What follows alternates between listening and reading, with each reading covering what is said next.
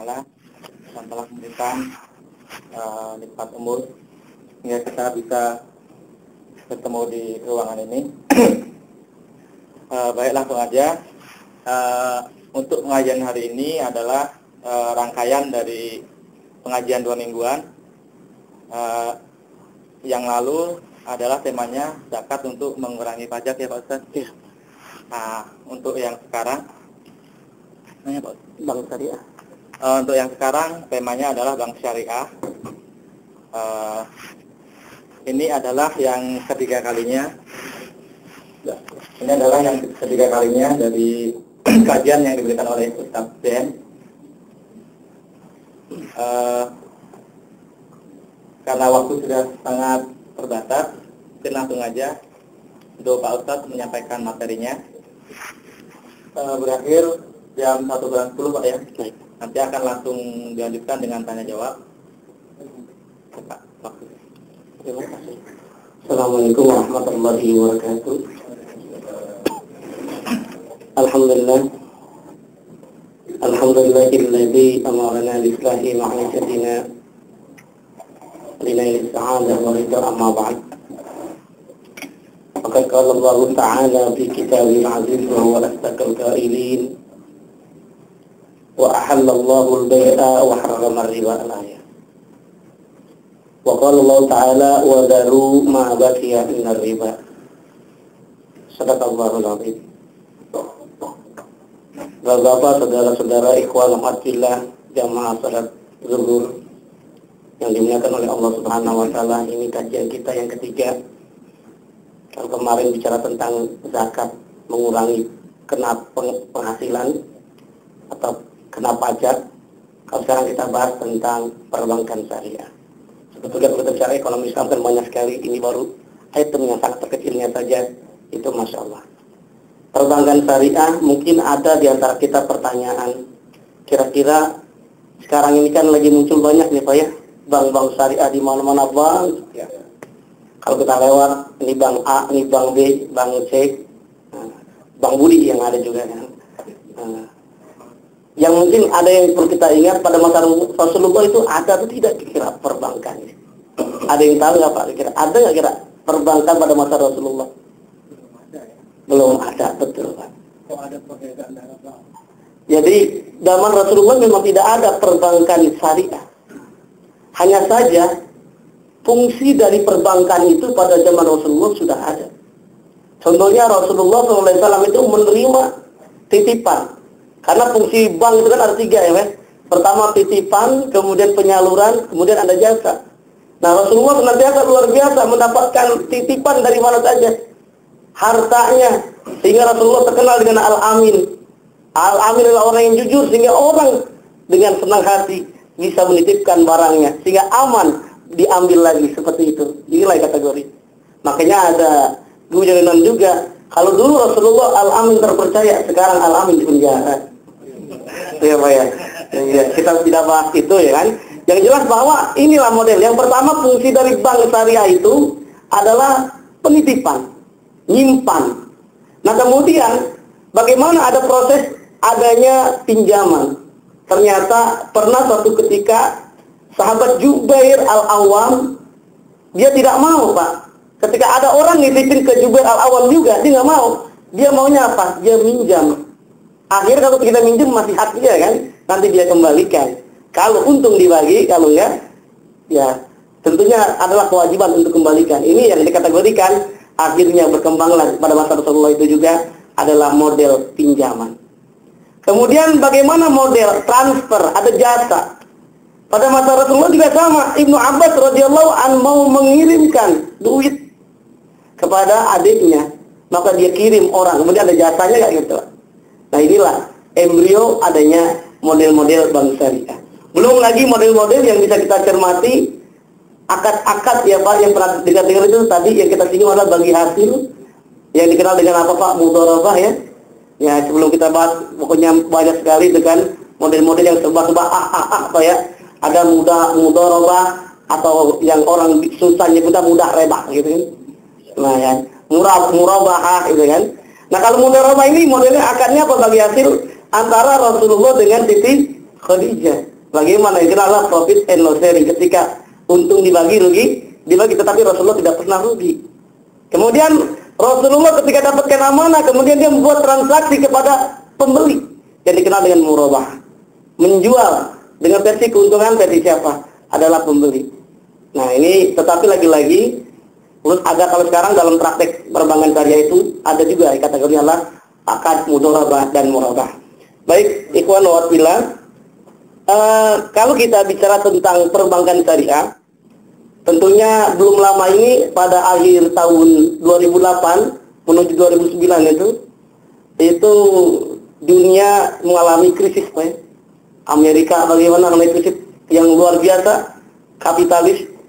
Ternyata terjadi krisis juga sama, karena ada pengaruhnya, kompleks dan multidimensional. Kemudian krisis timbul tidak saja disebabkan karena kesalahan pada tingkat operasional, tapi lebih pada tingkat konseptual. Itu tadi, ternyata ekonomi kapitalistik itu tidak menjadi solusi. Dan paradigmanya itu meliputi intelektual, moral, spiritual, moral hajat, ya Pak. Orang pengen numpuk, padahal tidak ada hartanya, yang kenal akhirnya apa? Gelembung, bubble ekonomik, yang collateral of collateral. Itu yang akhirnya jadi krisis. Nah kemudian pengabaian terhadap dimensi moral, nilai-nilai sosial dan etika, inilah yang akhirnya timbul dari krisis. Nah kemudian ada juga buku yang mengatakan The End of Economic, kematian ekonomi. Ekonomi Barat mengatakan, Yosef dalam bukunya Kapitalisme, Sosialisme, dan Demokrasi, itu dia mengatakan teori ekonomi telah masuk ke masa-masa krisis. Pun demikian dengan yang lain-lainnya, tokoh-tokoh ekonomi, baik Sismondi, kemudian Amartya Sen dalam ekonomi Islam, dalam catatan bukunya Umar Fadilo dan bukunya The End of Economic, kematian ekonomi juga, dia mencermati salah satu kesalahan sistem. Ini yang lebih cenderung adalah bagaimana ekonomi baru. Ternyata di Indonesia juga sama, tidak terlepas. Pada waktu lalu itu, tahun lalu krisis 98-an gitu kira-kira ya. Tapi kemudiannya lah tahun 97 sudah mulai ada angin-anginnya itu. Kita lihat ini kronologi krisis keuangan dunia di Asia Tenggara, dimulai Thailand, Malaysia, kemudian Indonesia baru dia mengalami proses. Kemudian di Korea juga sama, Rusia, Argentina.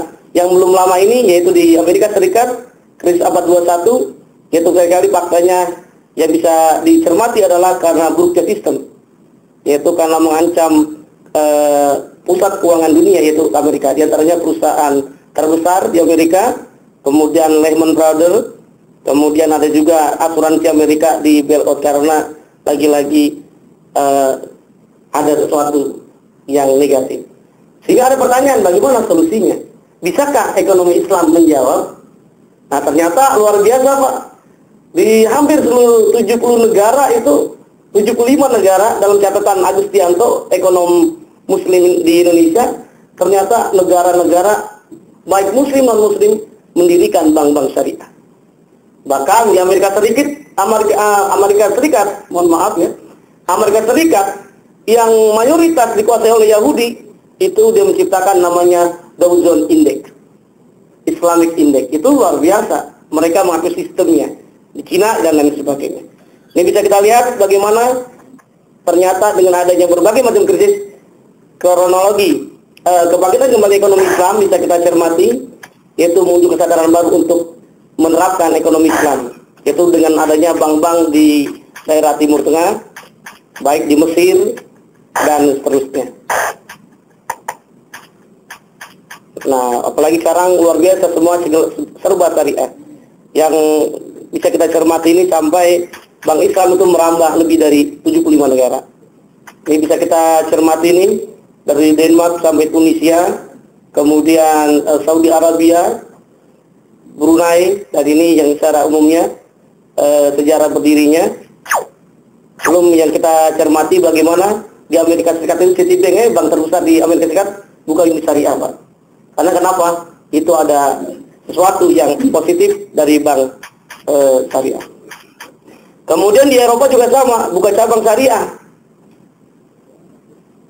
Kemudian yang lain-lainnya juga sama, yang lebih cenderung adalah ternyata bank syariah itu luar biasa karena sistemnya baik, positif. Nah kalau kita tadi bicara tentang ekonomi Islam, lagi-lagi sebetulnya kajiannya banyak sekali Pak. Kalau ini baru kita mau singgung tentang bank syariah. Waktu kemarin tuh zakat ya. Masih banyak lagi, ada asuransi, pasar modal, obligasi, BMT, koperasi. Wah, luar biasa itu. Bisa sampai luar biasa. MLM, pegadaian, dan seterusnya. Nah, sebelum kita akan coba cermati, biar supaya kita tahu juga. Minimal pada waktu awal-awal karena pengen bagaimana ekonomi Islam kan. Nah, ini kira-kira pendekatan antara corak ilmu ekonomi konvensional dan ilmu ekonomi Islam itu pendekatannya berbeda, Pak. Kalau pendekatan ilmu ekonomi konvensional itu menghindari moral. Jadi kalau dalam bisnis, moral nggak usah berkata. Semakin kaya, makin kaya. Makanya kan lebih cenderung tadi, yang kaya makin yang kaya, yang miskin semakin miskin. Ini lebih cenderung tadi, uang yang berkuasa. Kemudian bagaimana juga menghindari budaya, menghindari agama, tidak boleh campur tangan agama. Maka bebas. Tetapi lain halnya, dengan ekonomi Islam itu berdasarkan moral, karena segala sesuatu aktivitas kita, kegiatan kita semua dipantau. Wa huwa ma'akum aina ma kuntum, di mana saja kita berada akan senantiasa. Kita untuk menjolimi orang lain dalam akad nggak boleh.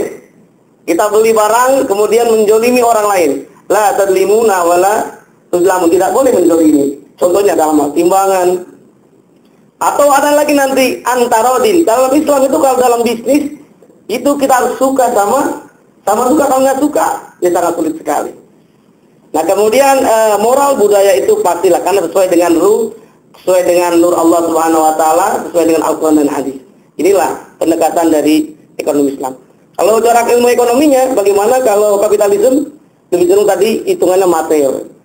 Bahwa segala sesuatu dihitung adalah materi, bukan kekuatan dalam batin saja. Ya kan, bukan batin tetapi adalah materi. Kemudian antropocentris, kekuatan manusia sendiri. Kemudian positivis sekuler, yaitu tidak boleh ada campur tangan tadi agama. Kemudian kalau Islam bagaimana? Falah. Al-falah itu bukan hanya mendapatkan keuntungan di dunia saja berupa materi. Ketika jualan, kita kerja dapat untung, kita kerja dapat gaji gitu dan seterusnya. Bukan itu saja, tetapi ada. Oh, ternyata ada harta. Pada waktu lalu kita bahas itu ada hak orang lain. Inilah akhirnya dalam prinsip Islam itu adalah unsur falah. Kemudian teosentris, segala sesuatu kita berdasarkan petunjuk dari Allah Subhanahu wa taala. Segala sesuatu kita tidak boleh mencurangi, tidak boleh iri hati, itu kan model ruhani, model ilahi dari Allah Subhanahu wa taala. Kemudian bersifat normatif, itu lebih cenderung adalah. Inilah gambaran secara garis besar perbedaan ekonomi konvensional dan ekonomi Islam. Tidak biar lebih langsung kita akan masuk ke perbankan syariah. Kalau ini ekonomi Islamnya, prinsip-prinsipnya tauhid, brotherhood. Jadi prinsipnya adalah dalam Islam itu adalah bersaudara. Dalam Islam itu harus ada menjunjung dimanapun kita berada, saat kita kerjakah, saat kita bisniskah, itu ada diawasi, dimonitor oleh Allah Subhanahu wa taala.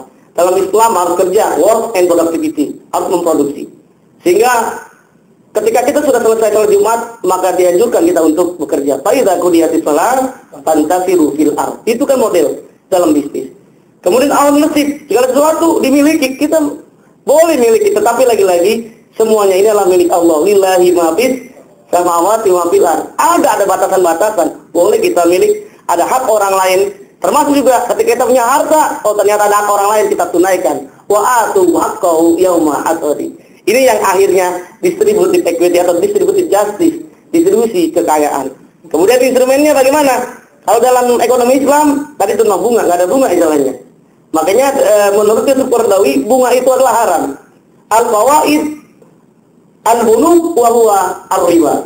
Jadi bunga bank itu kata Yusuf Qaradawi adalah riba, termasuk muktamar internasional juga mengatakan riba. Ya, akhirnya yang perlu dilihat karena bunga adalah investasi bagi untung, yaitu PLS tadi mudharabah. Sistemnya adalah sistem bagi hasil. Kemudian ada istilah pembatasan pemilikan tadi, ownership kita dibatasin. Kemudian ada wajib zakat dengan adanya distributif. Kemudian ada juga instrumen peran negara, jaminan sosial, institusi Islam, sehingga tercipta apa yang diinginkan. Ini untuk apa sebetulnya? Islam luar biasa mengatur seperti ini. Tak lain adalah untuk hapus kemiskinan. Dengan adanya zakat, untuk apa? Biar supaya kaya layakuna dulatan bainagnaihim, biar supaya tidak berpusat kepada orang kaya saja, tapi terdistribusikan. Akhirnya menjadi berkah. Kemudian jadi buat tenaga kerja karena orang bisa dapat modal dan seterusnya sampai hubungan yang luar biasa. Nah ini saya yakin sudah tahu semuanya. Tadi kita singgung fungsi bank adalah selain menghimpun, kemudian menyalurkan dan ada praktek-praktek yang lainnya. Ikhwan wa fillah, bapak-bapak, saudara-saudara sekalian, bagaimana prinsip dasar perbankan syariah? Secara tidak langsung bahwa ada yang dilakukan. Dalam kaidah dijelaskan al-aslu fil muamalah al-ibaha. Pada dasarnya dalam bermuamalah itu dibolehkan, tidak dilarang. Kita jualan boleh nggak kira-kira Pak? Boleh. Selama tidak ada yang larang. Kalau ada yang larang, wah itu berarti diharamkan. Jadi hatta ya dulu ala dalil, sampai ada dalilnya. Oh tidak boleh jualan minuman keras. Nah, berarti kan gitu kan? Ada batasan-batasan yang dikembangkan. Jual babi boleh nggak Pak? Makan babi? Wah itu kan juga sama kan? Itu model-modelnya. Jelas itu kan. Innamal khamru wal maisir wal azlam dan diantaranya adalah kategorinya adalah khinzir, itu babi adalah haram. Nah prinsip dasar dari perbankan syariah, larangannya adalah riba tadi, yang kategori adalah bunga. Kemudian goror, tidak jelas. Kalau jualan nggak boleh, harus jelas akadnya ini. Bapak-bapak juga kalau kerja kan kontraknya harus jelas nih. Kalau nggak jelas bagaimana? Ada yang dirugikan. Maka kita misalnya tadi, la tadlimuna wala tuzlamun, jangan kita menzalimi satu orang dengan yang lainnya. Kemudian tidak boleh unsur judi, kemudian objek halal dan baik, thayyibah, kemudian kerelaan para pihak, atau mungkin tadi kategorinya adalah antara suka sama suka. Kemudian pengolahan amanah, ini yang bisa dikembangkan sehingga orang bisa dipercaya. Nah ini Pak, Bapak, Ibu-ibu, saudara-saudara sekalian, kalau kita bicara bank Islam biasanya pakai bahasa Arab semuanya Pak. Dengan sebagian semuanya bahasa Arab tadi. Modelnya apa? Akad itu bahasa kita transaksi, gitu kan? Sebetulnya kita sudah praktekkan, ada saja nama-namanya aja nih, ada Islamnya. Akad, ada yang kategorinya adalah tijarah, ada yang katanya tabaru. Apa itu tijarah? Itu yang lebih tentu adalah profit oriented, mencari keuntungan. Itu kategori tijarah, perjualan. Apa saja transaksinya? Yaitu modelnya pertukaran, percampuran. Pertukaran contohnya berapa? Seperti jual beli. Kemudian sewa apa? Sewa rumah, apa saja ya kan? Ini dalam praktek Islam. Kemudian nanti akan dikenal adanya murabah, salam dan seterusnya. Nah kemudian ada juga tijarah, orang bisnis bukan dia jualan sendiri, tetapi dengan ada mitra. Dengan pakai apa? Pakai tadi modelnya adalah percampuran, kerjasama. Ya kan? Dengan apa? Mudharabah tadi, seperti Rasulullah dengan Siti Khadijah. Kalau syirka apa bedanya? Kalau syirka itu ketika kita ngasih dana, kita juga yang mengelolanya. Begitu. Orang yang nggak ngelola berarti bagiannya lebih sedikit. Ini yang kategorinya syirka dan mudharabah. Sebetulnya intinya hampir sama, hanya saja modelnya berbeda. Kemudian ada juga yang kategori titipan, wadiah, nitip. Kemudian tabaru, modelnya adalah kepercayaan. Tabaru contohnya apa? Tabaru amal kebajikan. Jadi orang melakukan amal sesuatu itu tidak pamrih, tidak dapat duit. Nanti kita kategorikan ada nanti pakai akadnya adalah koron atau kirat. Pada kategorinya adalah qardul hasan. Qardul hasan itu ketika orang memberikan bantuan, maka terserah dia. Kalau bisa dibalikin, kalau enggak terserah. Jadi bagi amal kebajikan. Itu kan yang dikategorinya adalah tabaru, kita membantu. Nah inilah Pak yang digunakan oleh Allah Subhanahu wa taala, Bapak-bapak, saudara-saudara sekalian. Akad dan produk bank syariah. Kalau tadi konsep dalam fikih muamalah. Pada masa lalu fikih-fikih klasik, fikih kontemporer seperti itu, bagaimana prakteknya? Jadi kita singgung tadi ada 3, ternyata ada juga aspek sosialnya. Jadi bank itu bukan hanya bank umum saja, bank syariah juga sama. Ada aspek pendanaan tadi, simpanan. Kemudian ada aspek pembiayaan, pinjaman. Ada aspek jasa. Dari mana saja? Inilah, baik itu tabungan, ini versi dari bank muamalat yang saya cermati. Kemudian ada juga aspek sosial, yaitu pola pinjaman yang pinjaman kebajikan tanpa dipakai bunga atau tanpa adanya bagi hasil, tetapi modalnya saja. Kalau tidak sanggup balikin, ya sudah diikhlaskan saja, disedekahkan saja. Ini dalam bahasa dalam qardul hasan. Inilah bahwa saudara-saudara sekalian, produk bank syariah itu ada yang giro, tabungan, kemudian pembiayaan, jual beli bagi hasil ijarah, bahkan ada istilah pakai kafalat, kemudian hawalah, saham kar itu yang dikembangkan. Nah, sekarang saya tanya bapak-bapak saudara-saudara sekalian, ibu, kalau sepengetahuan ibu, kira-kira bedanya bank syariah, bank konvensional apa kira-kira, Pak? Pernah ada yang coba? Apa kira-kira? Bank syariah dengan bank konvensional. Baik, kalau tidak ada yang jawab, kita coba cermati. Ini kira-kira perbedaannya. Kalau boleh diilustrasikan antara bank syariah dengan bank konvensional, antara nikah dengan risek, bedanya di mana? Di akad, Pak, betul, Pak. Termasuk juga kalau kita mau sholat, kalau memang bukan punya musola itu, Pak, punya orang kita pakai aja, itu kira-kira kita tidak izin. Kira-kira boleh nggak, Pak? Nggak boleh itu kan. Nah, itu yang kategori gosok, ya kan? Itu yang Islam luar biasa, akad. Nikah juga sama, bedanya cuma akad aja nih kan. Selebihnya kan sama aja kan. Nah, bahkan ada juga yang katakan bank syariah dengan bank konvensional, kalau orang yang tidak tahu, diibaratkan yang tidak tahu itu disuruh lihat, bedakan antara emas dengan kuningan. Kira-kira tahu nggak Pak coba bedanya? Orang yang tidak tahu tentang keemasan, ilmu emas, nggak tahu kan? Sama-sama apa itu? Sama-sama kuning, gitu kan Bu ya? Tapi kalau seandainya dia sudah tahu, sudah paham, dia tahu, oh ternyata perbedaannya adalah antara emas dengan kuningan, oh berbeda sekali. Ini berarti kan lebih jelas. Jadi modelnya kayak lagi Bank Syariah ini, pertama adalah modelnya adalah salah satunya lah akad. Kemudian ada juga modelnya seperti ini nih Pak. Nah, ini foto siapa ini? Jadi kalau yang syariah tentunya terbungkus oleh norma-norma agama. Harapannya adalah kita berkah. Tapi yang tidak pakai sistem syariah adalah bebas, tadi pakai bunga. Akhirnya jadi Allah katakan wa 'alal bai'a wa harramar riba. Allah halalkan jual beli dan haramkan riba. Karena kenapa?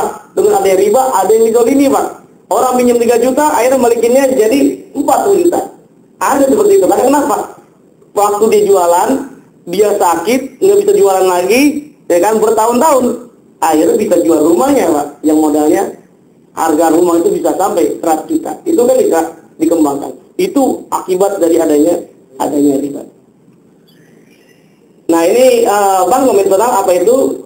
Badan usaha yang menghimpun dana dari masyarakat dalam bentuk simpanan dan menyalurkannya kepada masyarakat dalam bentuk kredit atau bentuk-bentuk lainnya dalam rangka meningkatkan taraf hidup rakyat. Ini kategori secara umum ya, yang tidak pakai sistem syariah.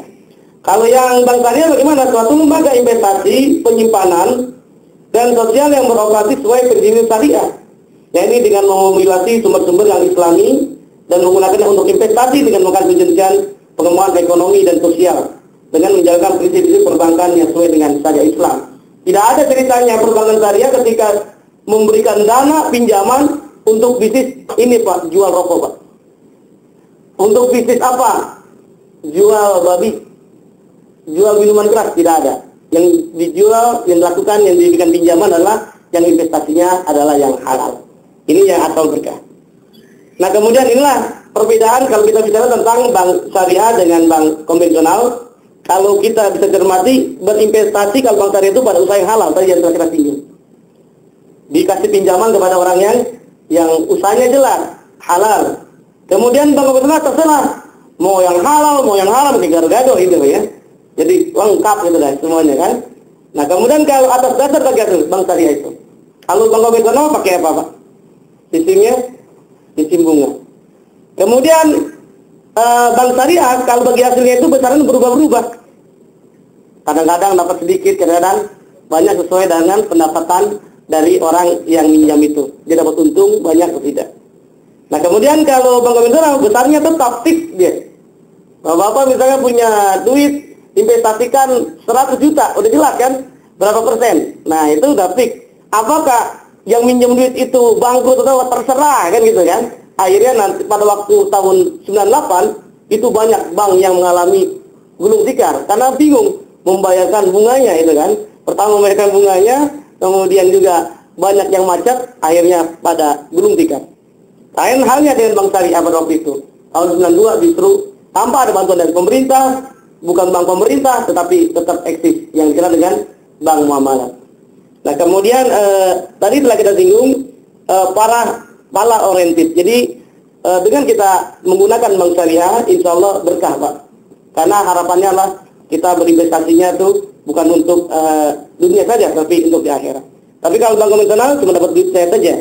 Nah, kemudian bedanya pola kemitraan. Kalau bank syariah itu antara yang nabung dengan bank itu adalah mitra.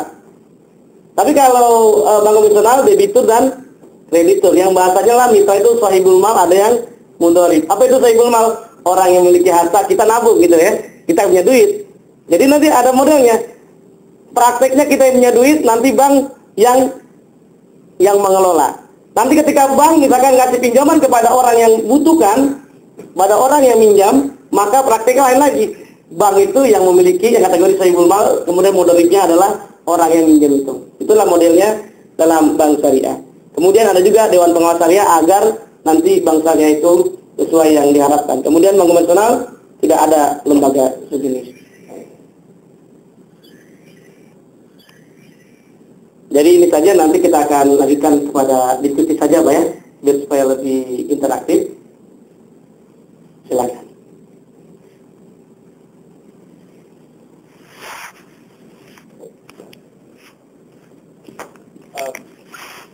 Assalamualaikum warahmatullahi wabarakatuh. Waalaikumsalam warahmatullahi wabarakatuh. Menarik kan tentang Dewan Syariah itu, Pak Ustaz. Karena di slide sebelumnya itu ada bank-bank syariah yang letaknya di Luxembourg, Betul. dan ada juga yang di daerah Eropa yang Betul. terpencil. Itu artinya di situ juga diawasi oleh orang-orang Islam sendiri. Betul. Nah, kira-kira siapa ya yang menyatakan bahwa Dewan Pengawas itu memang kompeten untuk mengawasi bank syariah di tempat yang begitu terpencil, yang jauh dari dunia Islam? Baik. Iya. Kalau di Indonesia sendiri ada ya MUI. MUI itulah nanti ada Dewan Syariah Nasional. Nah, pun juga sama di negara-negara lain itu kan ada ulama-ulamanya. Ulama ustadz-ustadz yang ada di sana. Nah, itulah yang dikategorikan yang menetapkan nanti DPS. Yang mereka tahu bagaimana dalam teori, dalam fikih muamalah, dalam Rasulullah gitu kan. Walaupun tidak langsung harus persis kan, tetapi nilainya, model-modelnya yang diterapkan. Jadi lagi-lagi setiap negara ulama-ulama orang Islam yang ada. Ya kan, walaupun ada catatan yang menarik dalam informasi yang diberikan oleh Direktur BNI Syariah Pak Rizkullah, dia menyatakan ternyata di Amerika, di Eropa dan lain sebagainya yang notabene adalah orang non muslim, itu pegawainya bukan orang muslim, Pak, tetapi adalah orang non muslim, tetapi lagi-lagi tetap ada yang ngawasi dari orang muslim agar sesuai dengan syariah.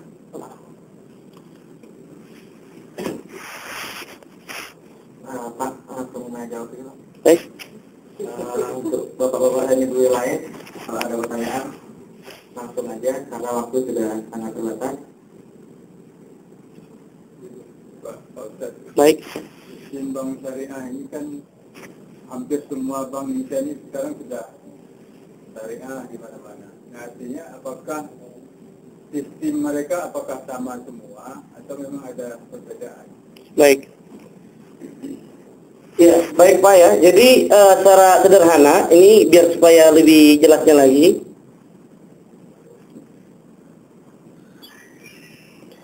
Secara umum bank-bank syariah itu yang memakai label syariah adalah sama, Pak.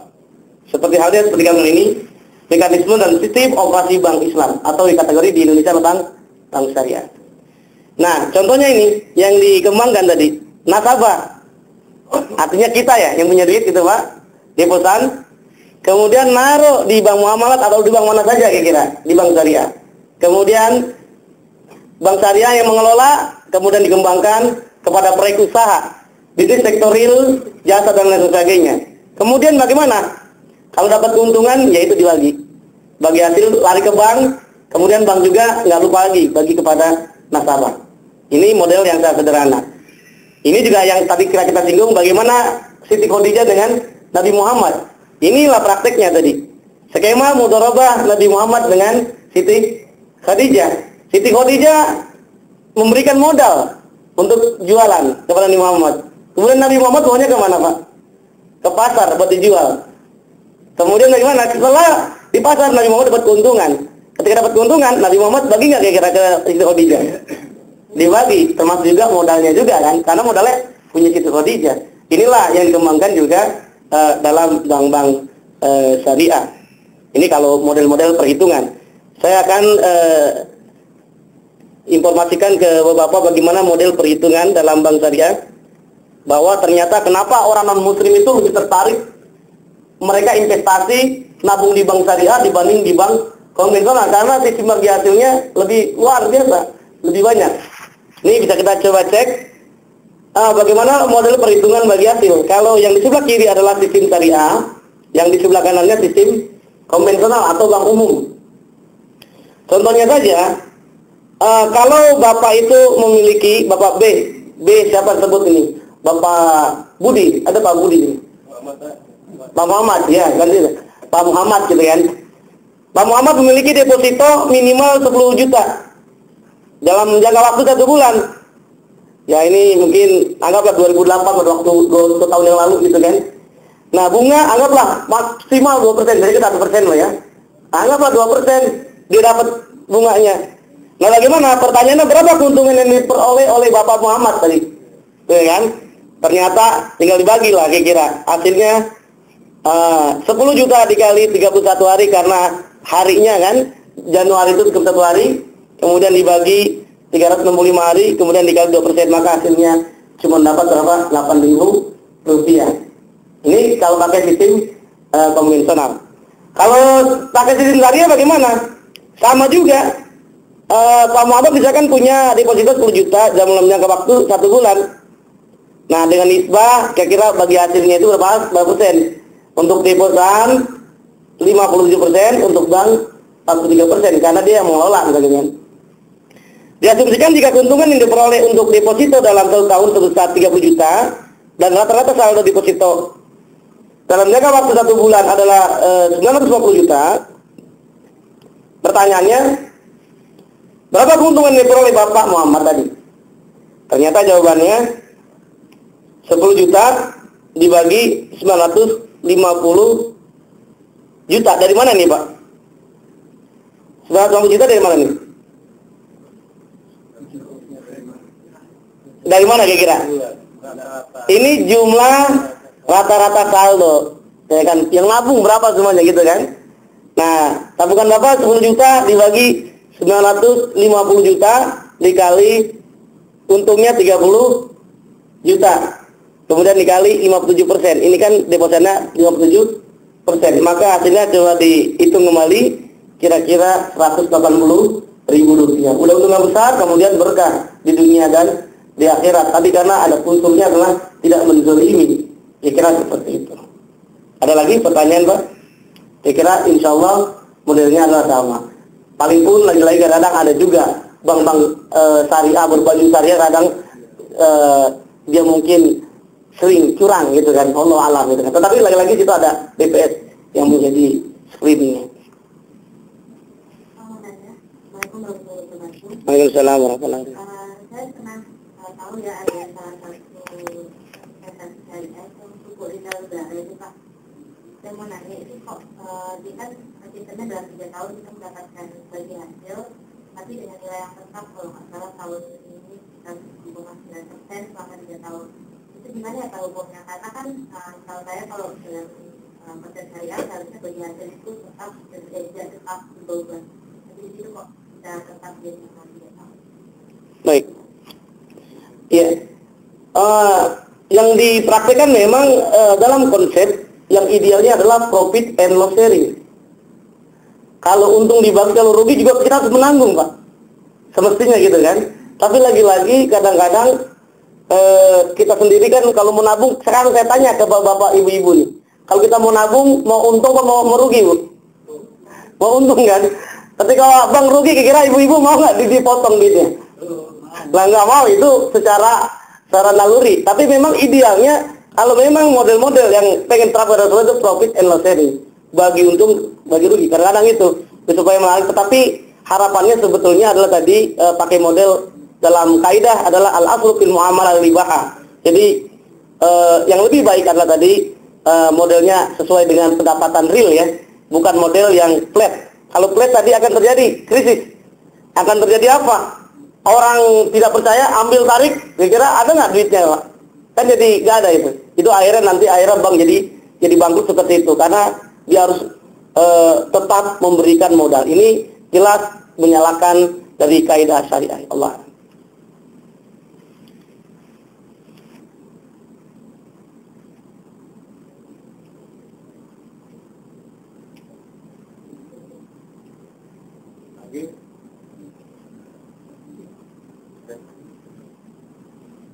Baiklah, kalau sudah tidak ada pertanyaan lagi,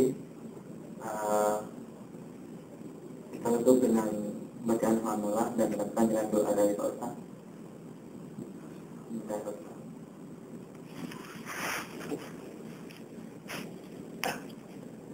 Baik, Bapak-bapak, saudara-saudara sekalian, mudah-mudahan kajian singkat kita ini, walaupun cuma beberapa menit saja, Pak ya, nggak sampai 1 jam, mudah-mudahan membekas di hati kita. Ya.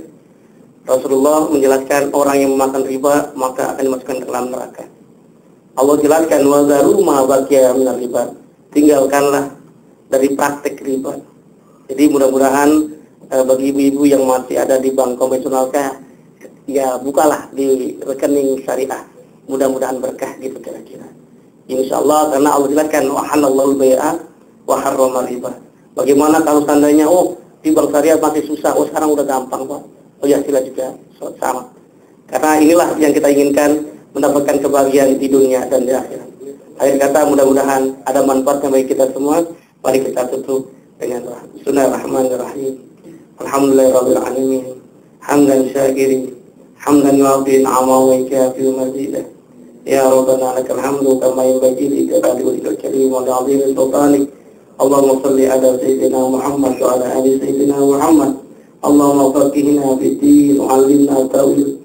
Ya Allah, ya Tuhan kami, berikanlah kepada kami ya Allah hidayah-Mu ya Allah, agar kami senantiasa menerapkan ekonomi Islam dengan sebaik-baiknya ya Allah, menjalankan apa yang Engkau perintahkan ya Allah, menjauhi segala yang Engkau larang ya Allah, agar kami dikategorikan minal muflihin ya Allah, orang-orang yang sukses, orang-orang yang bahagia, orang-orang yang sehat, orang-orang yang senang di dunia dan di akhirat ini ya Allah. Allahumma ij'al jam'ana hadza jam'an marhuma wa tafarraqna min ba'dihi tafarraqan ma'suma. Subhanakallahumma wa bihamdik astaghfiruka wa atubu ilaik. Wa sallallahu ala khairi sayyidina Muhammadin wa ala alihi wa sallam. Subhana rabbika rabbil izzati amma yasifun wa salamun alal mursalin alhamdulillahi rabbil alamin. Akhir kata, mohon maaf yang sebesar-besarnya, burung Irian, burung cendrawasih. Cukup sekian dan terima kasih. Burung cicakrawa, ini karena burung-burung jadinya Pak ya. Burung cicakrawa aslinya Jawa. Sampai jumpa pada gelombang yang sama. Assalamualaikum warahmatullahi wabarakatuh.